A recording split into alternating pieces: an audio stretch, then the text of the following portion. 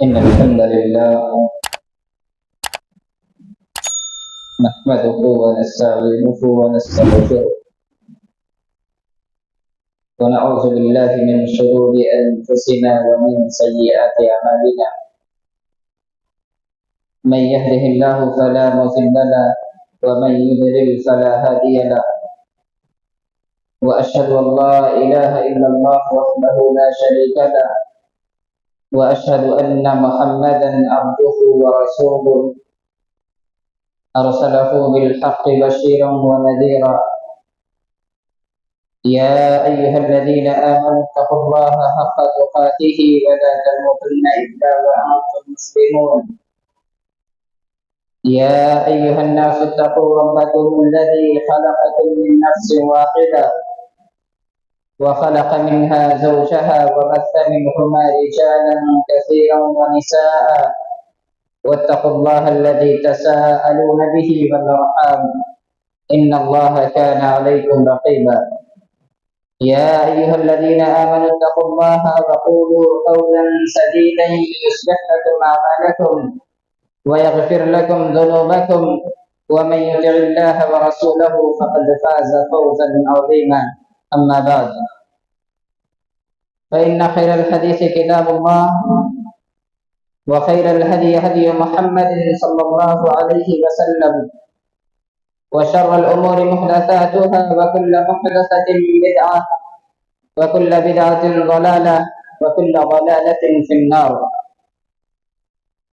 قال الله تبارك وتعالى في كلامه المنزل: إن عدة الشهور عند الله 12 شهرا في كتاب الله يوم خلق السماوات والأرض منها 4 حرم ذلك الدين القيم فلا تظلموا فيهن أنفسكم.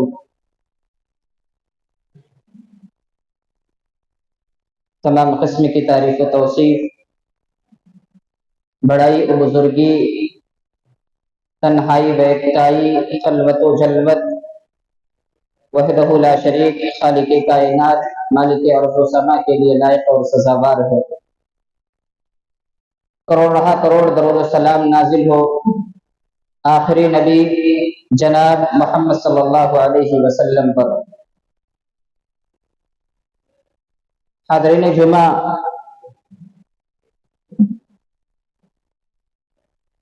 ہم اور آپ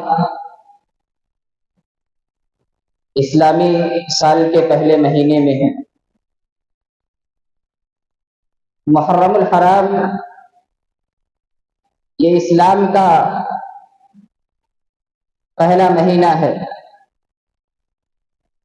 یہ مہینہ عظمتوں، برکتوں اور فضیلتوں والا مہینہ ہے۔ قمری سال کے 12 مہینوں میں ذوالقعدہ، ذی الحجہ اور رجب کا مہینہ بھی عظمت والے مہینے ہیں، حرمت والے مہینے ہیں اور بابرکت مہینے ہیں۔ اور یہ مہینے ایسا نہیں ہے کہ امت محمدیہ کے اندر ہی حرام ہے، بلکہ گزشتہ کے اندر بھی اللہ تعالیٰ نے ان 4 مہینوں کو حرام قرار دیا تھا۔ اللہ تعالیٰ فرماتا ہے: ان عدت الشہور عند اللہ 12 شہرا فی کتاب اللہ یوم خلق السماوات والارض منها 4 حرم ذلك الدین القیم فلا تظلموا فیہن انفسکم۔ کہ اللہ رب العالمین کے نزدیک مہینوں کی تعداد اس کی کتاب میں 12 ہیں، اس دن سے جس دن سے اللہ رب العالمین نے زمین و آسمان کو پیدا کیا، ان میں سے 4 مہینے حرمت والے مہینے ہیں۔ ذالک الدین القیم، یہ پرانا دین ہے، یہ مضبوط دین ہے۔ فلا تظلموا فیہن انفسکم، ان مہینوں میں اپنے نفسوں پر ظلم نہیں کرنا۔ میرے بھائی اور دوستو، یوں تو ظلم و بربریت سال کے 12 مہینوں میں حرام ہے، قتل و غارت گری سال کے 12 مہینوں میں حرام ہے، چوری، رشوت خوری، سود خوری، عیاشی، زناکاری یہ سال کے 12 مہینوں میں حرام ہے۔ لیکن خصوصیت کے ساتھ ان 4 مہینوں میں قتل و غارت گری کرنا، لوٹ خسوٹ کرنا، گناہ کے کام کرنا دیگر مہینے کے بالمقابل اس مہینے کے اندر اس کا گناہ بڑھ جاتا ہے۔ یہ 4 مہینے کون سے ہیں؟ پیارے نبی صلی اللہ علیہ وسلم نے فرمایا کہ زمانہ گھوم گھما کر کے اسی حالت پر آ گیا جس حالت پر اس وقت تھا جب اللہ تعالیٰ نے زمین و آسمان کو پیدا کیا تھا۔ ان میں سے 4 مہینے حرمت والے ہیں، 3 مسلسل ہیں اور ایک بیچ میں ہے۔ جو مسلسل مہینے ہیں وہ ذوالقعدہ ہے، ذی الحجہ ہے اور محرم ہے، اور جو مہینہ بیچ میں ہے جمادی الاخری اور شعبان کے درمیان وہ رجب کا مہینہ ہے۔ یعنی رجب، ذوالقعدہ، ذی الحجہ اور محرم، یہ 4 مہینے ایسے مہینے ہیں جن کو اللہ رب العالمین نے حرمت والا مہینہ قرار دیا ہے، عزت والا مہینہ قرار دیا ہے، اور ان مہینوں کے اندر اپنے نفسوں پر ظلم کرنے سے خصوصیت کے ساتھ اللہ نے روکا ہے۔ اب سوال یہ پیدا ہوتا ہے کہ اللہ تعالیٰ نے 3 مہینوں کو مسلسل حرام کیا، ذوالقعدہ، ذی الحجہ اور محرم، اور جمادی الاخری اور شعبان کے درمیان جا کر کے ایک مہینے کو حرام کرتا ہے، اس کے پیچھے کی کیا حکمت ہے؟ حافظ ابن کثیر رحمہ اللہ بیان کرتے ہیں کہ اس کے پیچھے حکمت یہ ہے، اللہ نے ذوالقعدہ کا مہینہ اس لیے حرام قرار دیا تاکہ دنیا کے کونے کونے سے لوگ بلا خوف و خطر اللہ رب العالمین کے گھر کے طواف کے لیے بآسانی نکل سکے۔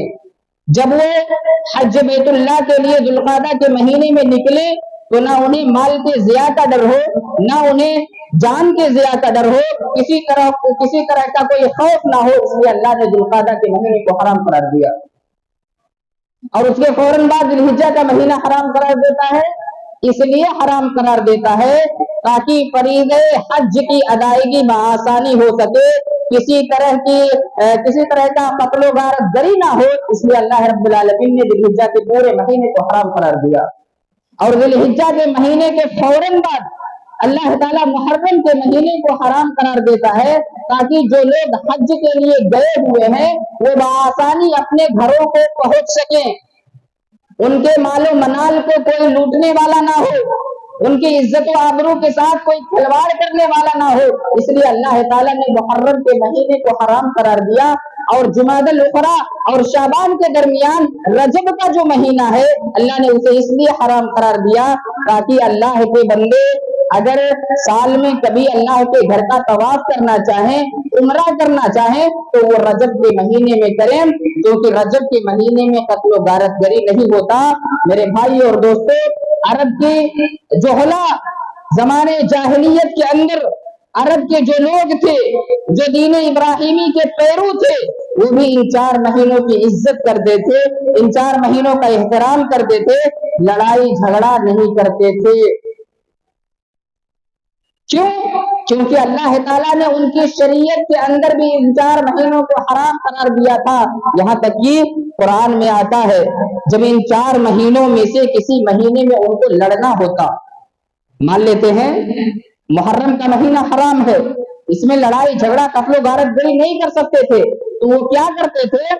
محرم کے مہینے کو سال کا پہلا مہینہ قرار نہ دے کر کے لوگوں کے درمیان اعلان کرا دیا کرتے تھے کہ اس سال کی شروعات سفر سے ہوگا، اور اس کے اندر لڑائی کرتے تھے۔ اس کو قرآن نے نص یہ کہا ہے۔ میرے بھائیوں اور دوستو، محرم الحرام کا مہینہ یوں تو شروع سے لے کر آخر تک برکتوں والا مہینہ ہے، لیکن محرم الحرام کے اندر 10ویں تاریخ شریعت اسلامیہ کے اندر ایک مستقل حیثیت رکھتی ہے، ایک مستقل شرعی حیثیت رکھتی ہے۔ وجہ کیا ہے؟ محرم الحرام کی 10 تاریخ کو اللہ رب العالمین نے موسیٰ علیہ السلام کو اور بنی اسرائیل کو فرعون کے ظلم و بربریت سے آزاد کیا تھا۔ اللہ تعالیٰ نے موسیٰ علیہ السلام اور بنی اسرائیل قوم کو فرعون کے पंजे इस्तिबदाद से अल्लाह रब्बुल आलमीन ने आजाद किया था, जिसकी वजह से मूसा अलैहिस्सलातु वस्सलाम और बनी इसराइल के जो मुसलमान थे वो 10 मुहर्रमुल हराम को रोजा रखते थे, आशूरा का दिन रोजा रखते थे। रमजानुल मुबारक के रोजों की फर्जियत से पहले अल्लाह के नबी सल्लल्लाहु अलैहि वसल्लम भी रोजा रखते थे। सहाबे किराम रज़ियल्लाहु ताला अन्हुम अजमईन भी इह्तिमाम के साथ रोजा रखते थे, लेकिन जब अल्लाह ने रमजानुल मुबारक के रोजों को फर्ज किया तो सहाबे किराम के दरमियान आशूरा के रोजे से मुताल्लिक वो इह्तिमाम नहीं था जो पहले था। लेकिन अल्लाह के नबी सल्लल्लाहु अलैहि वसल्लम मुसलसल आशूरा का रोजा रखते थे, और मदीना के अंदर जो लोग जो यहूदी रहते थे वो भी आशूरा का रोजा रखते थे। एक मर्तबा अल्लाह के नबी सल्लल्लाहु अलैहि वसल्लम ने यहूदियों से सवाल किया, यहूदियों से पूछा कि ऐ यहूदियों बताओ तुम आशूरा का रोजा क्यों रखते हो? यहूदियों ने कहा हम इसलिए रखते हैं क्योंकि आशूरा के दिन ही अल्लाह रब्बुल आलमीन ने मूसा अलैहिस्सलातु वस्सलाम को फिरौन से आजाद कराया था। उस वक्त मेरे भाई और दोस्तों अल्लाह के नबी ने फरमाया था लइन इश्कुल काबिल लअसूमन्नल आशूरा व यौम अत्तासी। अल्लाह के नबी फरमाते हैं कि अगर मैं आइंदा साल जिंदा रहा तो यौम तासुआ को भी रोजा रखूंगा और यौम आशूरा को भी रोजा रखूंगा। यौम तासुआ 9 मुहर्रम को बोलते हैं और यौम आशूरा 10 मुहर्रम को बोलते हैं। अल्लाह के नबी सल्लल्लाहु अलैहि वसल्लम ने यह ख्वाहिश जाहिर की थी कि आइंदा साल अगर मैं जिंदा रहा तो 9 मुहर्रम को भी रोजा रखूंगा और 10 मुहर्रम को भी रोजा रखूंगा। इन यहूदियों की मुखालिफत की वजह से, इन यहूदियों की मुखालिफत की वजह से एक रिवायत के अंदर है प्यारे नबी ने फरमाया कि लोगों 9 मुहर्रम को रोजा रखो, 10 मुहर्रम को रोजा रखो और 11 मुहर्रम को रोजा रखो। मेरे भाई और दोस्तों इस सिलसिले में एक अहम मसाला आपके सामने बयान करता हूं। आप में से अक्सर लोगों ने सुना होगा कि या तो आप 9 और 10 मुहर्रम को रोजा रखिए या 10-11 को रोजा रखिए, आपको इख्तियार है। आशूरा के रोजे से मुताल्लिक आपको इख्तियार है, चाहे आप 9, 10, 11 तीनों रोजों को रखो, कोई हर्ज की बात नहीं है, बल्कि अफजल यही है कि तीनों रोजों को रखा जाए। 9 मुहर्रम का रोजा रखा जाए, 10 मुहर्रम का रोजा रखा जाए और 11 मुहर्रम का रोजा रखा जाए। और इसी तरह से आपको यह भी इख्तियार है, या तो आप 9 और 10 रखें या फिर 10 और 11 रखें, आपको शरीयत इस्लामिया ये इख्तियार देती है। इन रोजों का फायदा क्या है, इन रोजों की अहमियत क्या है? प्यारे नबी सल्लल्लाहु अलैहि वसल्लम ने एक हदीस में बयान किया युकफ्फिरु सनतल मादिया, कि जो लोग आशूरा का रोजा रखते हैं अल्लाह ताला उनके गुज़िश्ता 1 साल के गुनाह को माफ कर देता है। मेरे भाई और दोस्तों आशूरा का रोजा रखने के लिए हमें और आपको कोशिश करनी चाहिए, और हमें और आपको सिर्फ कोशिश नहीं करनी चाहिए बल्कि हमें ये चाहिए कि हम अपने बच्चों को भी आशूरा का रोजा रखाएं। सहाबा किराम रज़ियल्लाहु अन्हुम अजमईन अपने छोटे छोटे मासूम बच्चों को रोजा रखाया करते थे। फर्ज रोजे नहीं, मसनून रोजे, जैसे यौम आशूरा के रोजे हुए, सहाबा किराम अपने बच्चों को रखाया करते थे। यहाँ तक कि बच्चे जब भूख की वजह से रोते बिलबिलाते तो सहाबा किराम उनको किसी चीज में बहला देते, किसी चीज में फुसला देते और अपने बच्चों को रोजा रखाते थे। हमारा और आपका मामला क्या है? हमारा और आपका मामला यह है कि हम खुद रोजा नहीं रखते तो हम अपने बच्चों को कहां रोजा रखने की तलकीन करेंगे। मेरे भाई और दोस्तों हमें और आपको आशूरा का रोजा रखना चाहिए। इस रोजे की बड़ी फजीलत है, इस रोजे की वजह से अल्लाह ताला हमारे और आपके 1 साल के गुनाह को माफ कर देता है। इसी तरह से मेरे भाई और दोस्तों 10 मुहर्रमुल हराम को सन 60 हिजरी में एक अंदोहनाक गम अंगेज वाकया पेश आया था, जिसे हम और आप वाक़ई करबला के नाम से जानते हैं। इसी 10 मुहर्रम को पेश आया था। हजरत हुसैन रजी अल्लाह ताला अन्हु की शहादत हुई थी। कूफियों ने हुसैन रजी अल्लाह ताला अन्हु को धोखे से शहीद कर दिया था, और शहादत के बाद मेरे भाई और दोस्तों इन्हीं कूफियों ने मगरमच्छ पे आंसू बहाए और आंसू बहा करके ये दुनिया के सामने बयान करने की कोशिश की کہ حسین رضی اللہ تعالیٰ عنہ کے ہم قاتل نہیں ہیں، بلکہ حسین رضی اللہ تعالیٰ عنہ کے ہم ہمدرد ہیں۔ لیکن میرے بھائیوں اور دوستوں، پوری نسپکشتا کے ساتھ غیر جانبدار ہو کر اگر آپ تاریخ کا مطالعہ کریں تو آپ کو معلوم ہوگا حسین رضی اللہ تعالیٰ عنہ کے قاتل یہی کوفی ہیں۔ انہوں نے دھوکے سے حضرت حسین رضی اللہ تعالیٰ عنہ کو کوفہ میں بلایا اور حضرت حسین رضی اللہ تعالیٰ عنہ کو شہید کیا، اور شہید کرنے کے بعد آج پوری دنیا کے اندر اہل تشیع ماتم کرتے ہیں، دنیا کے سامنے یہ پیش کرنے کی کوشش کرتے ہیں کہ ہم نماز رسول سے محبت کرتے ہیں۔ میرے بھائی اور دوستو، یہ محبت جھوٹی ہے، یہ محبت ظاہری ہے، اس محبت کی کوئی حقیقت نہیں ہے۔ اگر یہ حقیقت میں نماز رسول سے محبت کرتے ہیں تو سوال یہ پیدا ہوتا ہے، حضرت حسین رضی اللہ تعالیٰ عنہ کی شہادت سے پہلے حضرت حسن رضی اللہ تعالیٰ عنہ شہید ہوئے، دونوں بھائی تھے، دونوں نماز رسول تھے، لیکن سوال یہ پیدا ہوتا ہے حسن رضی اللہ تعالیٰ عنہ کی شہادت پر یہ ماتم کیوں نہیں کرتے؟ حسن رضی اللہ تعالیٰ عنہ کی شہادت پر یہ روتے کیوں نہیں؟ حسن رضی اللہ تعالیٰ عنہ کی شہادت پر سڑکوں پر کیوں نہیں نکلتے؟ ڈی جے کیوں نہیں بجاتے؟ ڈھول کیوں نہیں بجاتے؟ دراصل حسین رضی اللہ تعالیٰ عنہ کے ساتھ سیاست جڑی ہوئی ہے میرے بھائی اور دوستو۔ حسین رضی اللہ تعالیٰ عنہ چونکہ یزید کے پاس جانا چاہتے تھے، یزید کے ہاتھ پر بیعت کرنا چاہتے تھے، اور یہ چیز کوفیوں کو برداشت نہیں ہوئی، جس کی وجہ سے حضرت حسین رضی اللہ تعالیٰ عنہ کو انہوں نے شہید کیا۔ میرے بھائی اور دوستو، ہم اہل حدیث حضرات واضح الفاظ میں یہ بیان کرتے ہیں، نماز رسول سے محبت کرنے میں ہم سب سے آگے ہیں، نماز رسول سے محبت کرنے میں ہم سب سے آگے ہیں۔ حضرت حسن سے محبت کرتے ہیں، حضرت حسین سے محبت کرتے ہیں، لیکن سوال یہ ہے کہ ہم یزید کو گالی اس لیے نہیں دیتے کیونکہ کسی بھی تاریخی روایت سے یہ معلوم ہی نہیں چلتا، یہ پتہ ہی نہیں چلتا کہ یزید قاتل ہے۔ یزید نے حضرت حسین کو قتل کرنے کا حکم دیا تھا، یہ کسی بھی روایت سے پتہ نہیں چلتا ہے، جس کی وجہ سے ہم یزید کو گالیاں نہیں دیتے، یزید کو برا بھلا نہیں کہتے۔ ہاں، ہم یہ ضرور مانتے ہیں، ہم یہ ضرور مانتے ہیں کہ یزید سے غلطیاں ہوئی ہیں۔ یزید نے کوفہ کے اندر جو عبید اللہ بن زیاد کو حاکم بنایا تھا، عبید اللہ بن زیاد نے جو غلطیاں کی اس پر یزید کو ایکشن لینا چاہیے تھا، ایکشن سختی کے ساتھ ایکشن لینا چاہیے تھا، لیکن یزید نے وہاں سختی کے ساتھ ایکشن نہیں لیا۔ اس غلطی کو ہم مانتے اور اس غلطی کو تسلیم کرتے ہیں۔ لیکن میرے بھائی اور دوستو، اس واقعے کے ذریعے امیر معاویہ رضی اللہ تعالیٰ عنہ کو گالی دینا، امیر معاویہ رضی اللہ تعالیٰ عنہ کو برا بھلا کہنا، صحابی رسول کو برا بھلا کہنا، یہ کسی بھی صورت میں جائز اور درست نہیں ہے۔ اگر ان کوفیوں کی نیت کو آپ سمجھنا چاہتے ہیں تو آپ بس اتنا سمجھ لیجئے، چلو ہم سپوز کر لیتے ہیں، ہم مان لیتے ہیں یزید سے غلطی ہوئی، مان لیتے ہیں یزید سے غلطی ہوئی، مان لیتے ہیں امیر معاویہ رضی اللہ تعالیٰ عنہ سے بھی غلطی ہوئی، لیکن سوال یہ پیدا ہوتا ہے ابو بکر کو گالیاں کیوں دیتے ہو؟ عمر کو گالیاں کیوں دیتے ہو؟ عثمان کو گالیاں کیوں دیتے ہو؟ اما عائشہ رضی اللہ تعالیٰ عنہ پر الزام تراشی کیوں کرتے ہو؟ انہوں نے آپ کو کیا بگاڑا تھا؟ اللہ کے نبی صلی اللہ علیہ وسلم نے اپنی زندگی کے اندر یہ وصیت کر کے مرے ہوئے تھے کہ میرے بعد اگر خلیفہ کوئی بنے گا تو ابو بکر بنے گا۔ ابو بکر کی خلافت سے بھی آپ کو اعتراض ہے، عمر فاروق کی خلافت سے بھی آپ کو اعتراض ہے، عثمان غنی رضی اللہ تعالیٰ عنہ کی خلافت سے بھی آپ کو اعتراض ہے۔ کیوں اعتراض ہے؟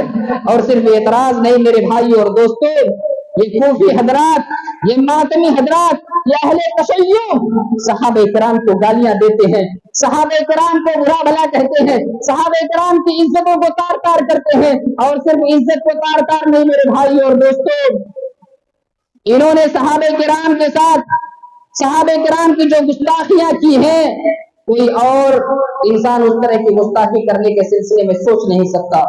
ابو بکر صدیق رضی اللہ تعالیٰ عنہ جو یار غار تھے، جو نبی کریم صلی اللہ علیہ وسلم کے دوست تھے، جنہوں نے نبی کے لیے اپنے گھر کو لٹا دیا، نبی کے سامنے لا کر کے اپنے گھر کو پھینک دیا، کیا وہ ابو بکر ایک کرسی کی وجہ سے نبی کی مخالفت کر سکتے تھے؟ نہیں، ہرگز نہیں کر سکتے تھے۔ میرے بھائی اور دوستو، آج کل پرسوں آپ دیکھیں گے آپ کے سدھارتھ نگر کے اندر بہت سارے ایسے علاقے ہیں، ادھر ہلور اور شہرت گڑھ کی طرف آپ جائیے، صحابہ کرام کو لوگ گالیاں دیتے ہوئے سڑکوں میں آپ کو ملیں گے، सड़कों पर सहाबे किराम को गालियां देते हुए मिलेंगे। अबू बकर, उमर, उस्मान और अम्मा आयशा रज़ियल्लाहु ताला अन्हा को गालियां देते हुए मिलेंगे। जबकि प्यारे नबी सल्लल्लाहु अलैहि वसल्लम ने फरमाया, ला तसुब्बु असहाब मुहम्मदिन वल्लज़ी नफ्सी बियदिही लौ अन्ना अहदकुम अनफक़ा मिस्ला उहुदिन ज़हबा मा बलग़ मुद्दा अहदिहिम वला नसीफा। प्यारे नबी फरमाते हैं, लोगों मेरे सहाबा को गालियां ना दो, लोगों मेरे सहाबा को बुरा भला ना कहो, कसम है उस जात की जिसके हाथ में मोहम्मद सल्लल्लाहु अलैहि वसल्लम की जान है, अगर तुम अल्लाह रब्बुल आलमीन के रास्ते में उहुद पहाड़ के बराबर भी सोना खर्च कर दो तो सहाबे किराम ने जो एक मुद या आधा मुद अल्लाह के रास्ते में खर्च किया है तुम उस तक भी नहीं पहुंच सकते। मेरे भाई और दोस्तों, अगर हम सजदे के अंदर तहज्जुद की नमाज गुजारते गुजारते अपने पेशानी को काला कर ले, सरका व खैरात अल्लाह के रास्ते में करते रहे, हाजी नमाजी बन जाए, खैराती बन जाए, बड़ी बड़ी नेकियां कर ले, अल्लाह के रास्ते में अपने घर को लुटा दे, सहाबे किराम की जूतियों के धूल तक नहीं पहुंच सकते हैं। ये हमें और आपको समझ लेना चाहिए। अबू बकर सिद्दीक रज़ियल्लाहु ताला अन्हु की जूतियों में जो धूल लगा हुआ है उस धूल की भी हैसियत हमारी और आपकी नहीं है, और हम सहाबे किराम पर उंगलियां उठाते हैं, सहाबे किराम को बुरा भला कहते हैं, अबू बकर को गालियां देते हैं।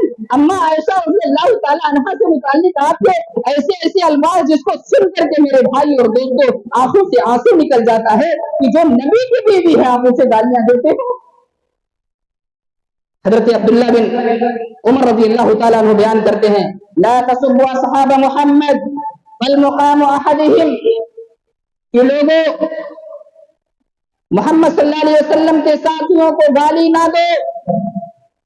सहाबे किराम का प्यारे नबी सल्लल्लाहु अलैहि वसल्लम के पास थोड़ा वक्त के लिए खड़ा होना तुम्हारी पूरी जिंदगी के अमल से बेहतर है, पूरी जिंदगी के अमल से बेहतर है। अब्दुल्ला बिन उमर रज़ियल्लाहु ताला अन्हु का कौल है, हम पूरी जिंदगी अमल करते रहें, पूरी जिंदगी अल्लाह के लिए वक्फ कर दें, रसूल के लिए वक्फ कर दें, लेकिन सहाबे किराम ने जो अल्लाह के नबी के पास एक मिनट या एक सेकंड के लिए हालत ईमान में अगर वो अल्लाह के नबी के सामने खड़ा हो गए, उसकी जो फजीलत है तुम्हारी पूरी जिंदगी इबादत से वो फजीलत बेहतर है। सहाबे किराम का नबी के साथ खड़ा होना, वो एक मिनट खड़ा होना तुम्हारी पूरी जिंदगी के अमल से बेहतर है। और हजरत अब्दुल्ला बिन अब्बास रज़ियल्लाहु ताला अन्हु ने फरमाया कि तुम्हारा अगर ये कोई सहाबी रसूल प्यारे नबी सल्लल्लाहु अलैहि वसल्लम के सामने एक मिनट के लिए या कुछ मिनट के लिए खड़े हो जाते हैं तो तुम्हारी 40 साल की इबादतों से बेहतर है। उस सहाबे किराम का हम मुकाबला कर सकते हैं, सहाबे किराम के ताल्लुक से हम कभी भी मुकाबला नहीं कर सकते। और मेरे भाई और दोस्तों, हमें और आपको ये समझना चाहिए कि कभी भी किसी भी सहाबी को गाली ना दें, कभी भी किसी भी सहाबी को बुरा भला ना कहें। सहाबा से गलतियां हुई है इसमें कोई शक नहीं, हमारे सहाबा मासूम नहीं है, लेकिन हमारे सहाबा मगफूर हैं। मगफूर का मतलब ये है कि वो बख्शे बख्शवाए हैं, अल्लाह उनसे राजी है और वो अल्लाह से राजी हैं। जरा बताओ मेरे भाई और दोस्तों, जिन लोगों से अल्लाह राजी हो जाए और अपने कुरान के अंदर उनकी रजा का तज़किरा कर दे, ऐसे लोगों पर गुफ्तगू करना क्या मानादार, क्या माना रखता है ऐसे लोगों के ताल्लुक से गुफ्तगू करना जिनके बारे में अल्लाह का में उनसे राजी हो। हमें और आपको सहाबे किराम के बारे में कभी भी एक लफ्ज भी नहीं बोलना चाहिए। अगर सहाबे किराम की इज्जत कही जा रही है तो हमारे लिए और आपके लिए जरूरी है कि सहाबे किराम की इज्जत की दिफा करें और ऐसे लोगों से बाइकाट, ऐसे लोगों का सोशल बाइकाट करें, ऐसे लोगों से अपनी बरात का ऐलान करें जो लोग मेरे भाई और दोस्तों सहाबे किराम को गालियां देते हैं। मैं आपको बताऊं, 100 साल पहले आप जाएं, 100 साल पहले की तारीख का अगर आप मुताला करें तो सहाबे किराम रज़ियल्लाहु ताला अन्हुम अजमईन से मुताल्लिक अहले सुन्ना वल जमाआ में से किसी ने भी तबर्राबाजी नहीं की है, सहाबे किराम पर कानो तशनी नहीं की है। लेकिन अभी इसी 100 साल की तारीख में आप देखेंगे वो जमातें जो अहले सुन्ना वल जमाआ से ताल्लुक रखती हैं, वो जमातें जो अपने आप को सुन्नी कहती हैं, मेरे भाई और दोस्तों, बाज गलत लोगों को पढ़ करके वो लोग भी सहाबे किराम के मुतालिक बदजन हैं। मौदूदी जैसे लोगों को पढ़ करके, जिन्होंने खिलाफत और मुल्कियत जैसी किताब लिखी, जिस किताब को पढ़ करके मेरे भाई और दोस्तों अपने आप को सुन्नी कहने वाला मुसलमान भी सहाबे किराम रज़ी अल्लाह तआला अन्हुम अजमईन से मुताल्लिक बदजन है, बदजन है। मौदूदी को फॉलो करने वाले जितने लोग हैं आज के इस दौर में, आप देखेंगे उनकी जुबान पर ताला नहीं लगा रहेगा। ऐसे लोग जिनका कोई मकाम और मर्तबा नहीं, ना समाज के अंदर कोई मकाम है, ना सोसाइटी के अंदर कोई मकाम है, ना उनके पास इल्मी सलाहियत और इल्मी लियाकत है, लेकिन इसके बावजूद ऐसे लोग मौदूदी से जब मुतासिर होते हैं, मौदूदी से जब मुतासिर होते हैं तो साहब इकराम जैसी शख्सियत पर भी ऐलान तान करते हैं, कानो तशनीह करते हैं, साहब इकराम की जैसी शख्सियतों पर हाथ उठाते हैं, अंगुश्त नुमाई करते हैं। ऐसे लोगों से दूर रहने की जरूरत है। इसीलिए मैं मेरे भाई और दोस्तों बारहा इस बात से कहता हूं कि हमें और आपको चाहिए कि हम सिर्फ और सिर्फ सलफ को सुने और सलफ की किताबों को पढ़ने की कोशिश करें। सलफ से हम दूर हटेंगे तो गुमराह हो जाएंगे, सलफ से दूर हटेंगे गुमराह हो जाएंगे। अल्लाह और उसके रसूल और सहाबे किराम का जो मनहज है, उस मनहज को हमें और आपको मजबूती से पकड़ करके रहना होगा। अगर हम सहाबे किराम के मनहज से दूर हटे तो यकीन मानिए गुमराही हमारी मुकद्दर बनेगी, हम समझ नहीं पाएंगे, हमें मालूम ही नहीं होगा, लेकिन हम दायरे इस्लाम से खारिज हो जाएंगे, हम गुमराह हो जाएंगे। यकीन माने मेरे भाई और दोस्तों, जो लोग सहाबे किराम को गालियां देते हैं या किसी एक भी सहाबी से मुताल्लिक अगर वो बदजन है तो यकीन मानिए ऐसे लोग गुमराह हैं, ऐसे लोगों को गुमराह तस्वुर किया जाए। इसी तरह से मेरे भाई और दोस्तों, रमजान मुहर्रम अल हराम के महीने में एक और जुल्म होता है। वो जुल्म क्या है? हजरत हुसैन रज़ी अल्लाह तआला अन्हु की शहादत पर मातम करना। यकीन मानिए आप इस चीज को आसानी समझ सकते हैं कि ये दीन इस्लाम जो हम और आप फॉलो करते हैं, ये दीन अल्लाह के नबी के जमाने में मुकम्मल हो गया है। अल्लाह ने कुरान में कहा, अल-यौमा अकमलतु लकुम दीनकुम व अतममतु अलैकुम निअमती व रदीतु लकुम इस्लाम दीना, कि मैंने आज तुम्हारे लिए तुम्हारे दीन को मुकम्मल कर दिया, वातममतु अलैकुम निअमती, और अपनी नेमत को तुम पर तमाम कर दी, और दीन इस्लाम को तुम्हारे लिए पसंद कर दिया। मालूम हुआ कि दीन अल्लाह के नबी के जमाने में मुकम्मल हो गया। अब नबी के जमाने के बाद, नबी की वफात के बाद अगर कोई हादसा पेश आता है, कोई वाकया पेश आता है, किसी सहाबी की शहादत होती है, मेरे भाई और दोस्तों, वो शहादत शरई हैसियत नहीं रखेगी, वो शहादत शरई हैसियत नहीं रखेगी। याद रखें मेरे भाई और दोस्तों, अगर हम ये जान लें कि अल्लाह के नबी के जमाने में जब इस्लाम मुकम्मल है तो हम और आप उसी इस्लाम पर अमल करेंगे, बाद के वाकयात पर अमल नहीं करेंगे। अल्लाह ताला से दुआ है, अल्लाह ताला हम तमाम मुसलमानों को अहले बैत से मोहब्बत करने की तौफीक अता फरमा। आमीन। इन्नल हम्दुलिल्लाह नहमदुहु व नस्तईनुहु व नस्तगफिरुह ونعوذ بالله من شرور أنفسنا ومن سيئات أعمالنا، من يهده الله فلا مضل له ومن يضلل فلا هادي له، وأشهد أن لا إله إلا الله وحده لا شريك له، وأشهد أن محمدا عبده ورسوله. إن الله وملائكته يصلون على النبي، يا أيها الذين آمنوا صلوا عليه وسلموا تسليما. اللهم صل على محمد وعلى آل محمد كما صليت على إبراهيم وعلى آل إبراهيم إنك حميد مجيد. اللهم بارك على محمد وعلى آل محمد كما باركت على إبراهيم وعلى آل إبراهيم إنك حميد مجيد. عباد الله رحمكم الله، إن الله يأمر بالعدل والإحسان وإيتاء ذي القربى وينهى عن الفحشاء والمنكر والبغي يعظكم لعلكم تذكرون. اذكروا الله يذكركم وادعوه يستجب لكم ولذكر الله تعالى أعلى جل وعلا.